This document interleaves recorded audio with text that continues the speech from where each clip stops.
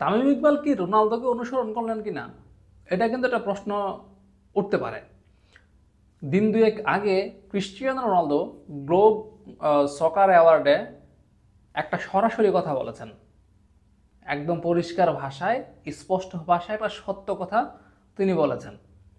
ঠিক তারপর সেই ক্রিস্টিয়ানো রোনালদোর ভক্ত তামিম ইকবাল সে একটা স্পষ্ট এরকম একটা কথা বলল। ক্রিস্টিয়ানো রোনালদো গ্লোব সকার অ্যাওয়ার্ডে বলেছিলেন ব্যালন ডিওর ভিনিসিয়াস জুনিয়রের প্রাপ্য ছিল, তাকে না দেওয়াটা অন্যায় হয়েছে। But I think they should give to Vinicius because he win the Champions League, they score in a final goal. এবার বিপিএল এর ঠিক শুরুর আগে তামিম ইকবাল কিন্তু ঠিক এই একই রকম কথা বললেন। অন্যরকম বিপিএল যদি আমাদের করতে হয়, we need to invest on cricket. That is the most important thing. We need to invest on the tournament, not on concerts or anything else. BPL এর মান নিয়ে যথেষ্ট রকমের প্রশ্ন ওঠে। বিপিএল এর বিশেষ করে বিপিএল এর পিচ নিয়ে, বিশেষ করে যদি আপনি মিরপুরে খেলা হয় সেখানে দেখা যাচ্ছে 130-140-এর মধ্যে আটকা যাচ্ছে দলগুলো।